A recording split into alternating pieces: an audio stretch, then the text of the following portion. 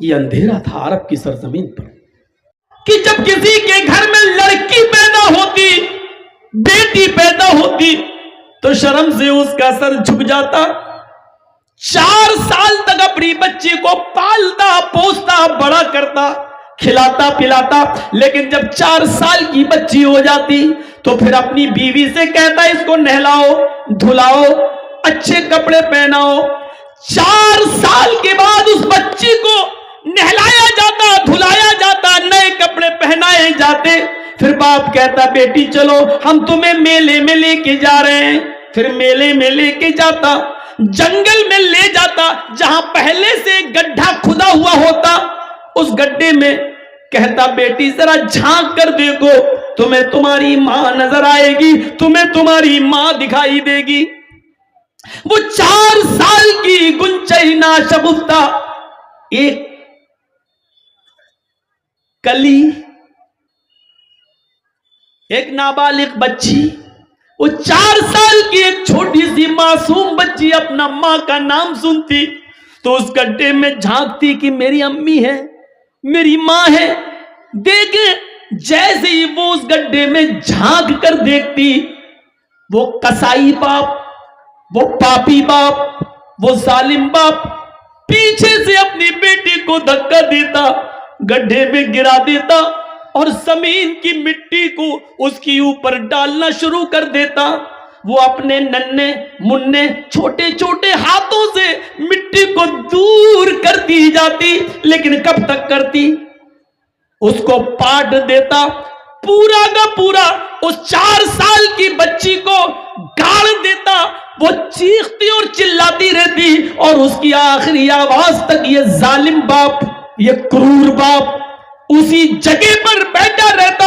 اور جب وہ چیخ چیخ کر رو رو کے مر جاتی، آخری سانس نکل جاتی، تب وہاں سے آتا اور اپنے سماج میں آ کر گرو سے کہتا آج میں نے اپنی بیٹی کو دفن کر دیا، آج میں نے اپنی بیٹی کو گاڑ دیا، آج میں نے اپنی بیٹی کا کام تمام کر دیا. اور سماج میں جب یہ بات سنی جاتی تو لوگ شراب کا جشن بناتے، شراب پلاتے اور اس کو جشن مناتے ہوئے خوشیاں مناتے. میرے بھائیوں، یہ گناہ، یہ پاپ تھا اس سرزمین پر محمد رسول اللہ کے آنے سے پہلے. ہمارے یہاں پر بھی لڑکیاں ماری جا رہی ہیں، فرق اتنا ہے کہ وہاں پیدا ہونے کے 4 سال کے بعد مارتے، یہاں مائیں اپنے پیٹوں میں اپنی بچیوں کو مار دیتی. الٹرا ساؤنڈ پہ چیک کرایا، پتا چلا لڑکی ہے، نہیں ڈاکٹر 4 لڑکیاں پہلے سے ہیں، یہ بھی بیٹی ہے، میں تو ان کے دہیج کا انتظام نہیں کر پا رہی ہوں، اس کا کہاں سے کروں گی؟ نہیں اب مجھے بیٹی نہیں چاہیے، گرا دو، ایبورشن، آپریشن، اسقاط. اس بچی کو پیٹ کے اندر سے گرا دیا جاتا ہے. اگر یہاں کسی نے یہ جرم کیا ہے، سن لو میری بہنوں، سن لو میری قوم کی بیٹیوں، سن لو میری سماج کی ماں، اوہ سنو، اللہ کے نبی فرماتے ہیں جس عورت نے اپنے پیٹ سے کسی بچے کو گرایا، ایبورشن کرایا، اس کی عمر پیٹ میں 1 دن کی کیوں نہ ہو، 1 ہفتے کا بچہ کیوں نہ ہو، پیٹ میں 1 مہینے کا کیوں نہ ہو، 3 مہینے کا کیوں نہ ہو، 3 دن کا کیوں نہ ہو، قیامت کے دن یہ بچہ اللہ رب العالمین اس کو زندگی دے گا، اس کو ہاتھ دے گا، پیر دے گا، زبان دے گا، سر دے گا، آنکھیں دے گا، چہرہ دے گا، سب کچھ دے گا. جاء یوم القیامہ ومعلقم بین ثدیہ، یہ بچہ اپنے ماں کی دونوں پستانوں سے لٹکا ہوا آئے گا، اپنے ماں کے دونوں سینے سے لٹکا ہوا آئے گا. قیامت کے دن اس حال میں آئے گا کہ یہ بچہ اپنے ماں کی پستان سے دودھ چوس رہا ہوگا، دودھ کھینچ رہا ہوگا. اللہ رب العالمین کی آواز آئے گی، آئے بچے تجھے کچھ کہنا ہے؟ بچہ اپنے ماں کی پستان کو چھوڑ دے گا، یقول چیخے گا اور کہے گا یا ربی ہذہ امی قتلتنی، اللہ یہ میری ماں ہے جس نے دنیا میں مجھے مار ڈالا تھا، اللہ یہ میری ماں ہے جس نے دنیا دنیا میں میری جان لے لی تھی، اللہ یہ میری ماں ہے جس نے دنیا میں مجھے قتل کر ڈالا تھا، اللہ یہ دنیا میں میری نہ بنی، آج تو اس کا مت بن، اللہ کے دنیا میں میرا خیال نہ رکھ سکی، آج تو اس کا خیال نہ رکھ، آئے اللہ میری ماں کو جہنم میں ڈال دے، اللہ میری ماں کو تو جنت میں مت بھیج، اللہ اس نے دنیا میں مجھے پناہ نہ دی، دنیا میں مجھے آنے سے پہلے مار ڈالا، آئے اللہ تو بھی اس کو جہنم میں بھیج۔ وہ بچہ اللہ سے شکایت کرے گا، اللہ میری ماں کو دنیا میں جب اس نے مجھے نہیں وجود میں لائی تو اس کو جنت میں کیسے بھیج سکتا ہے، اے اللہ میری ماں کو تو جہنم میں ڈال دے۔ وہ بچہ اپنی ماں کو اللہ سے فریاد کر کے جہنم میں بھجوا دے گا۔ اگر کسی ماں نے، کسی عورت نے اگر یہ جرم کیا ہے تو جاؤ فجر کی نماز سے پہلے پہلے مصلی بچھاؤ، سجدے کرو اور اپنے روٹھے ہوئے رب کو منا لو، شاید اس کو رحم آ جائے تو تمہیں توبہ قبول کر کے بخش دے، ورنہ امید بہت کم ہے۔ جس نے دنیا میں اپنے بچے کو گرایا، تم تو حلال بچے گرا رہی ہو، اپنے شوہر کا بچہ گرا رہی ہو، صرف اس لیے کہ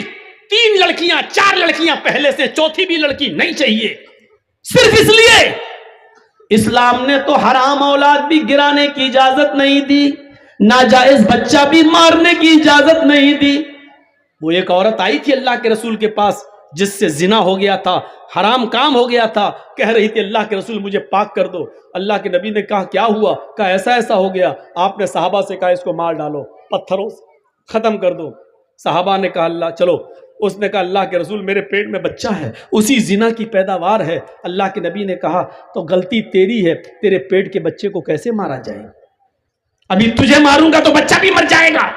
جاؤ جب بچہ پیدا ہو جائے تب آنا۔ جب بچہ پیدا ہوا تب آئی۔ اللہ کے رسول نے کہا ابھی بھی تجھے نہیں مارا جا سکتا ہے، کیونکہ ابھی بچہ تیرا دودھ پیتا ہے، اس کے ہونٹوں میں دودھ لگا ہے، اور محمد ظالم نہیں ہے جو اس بچے کا حق مار دے، نہیں ابھی اس کو دودھ پلاؤ، جب روٹی کھانے لگے تب آنا۔ سوچو،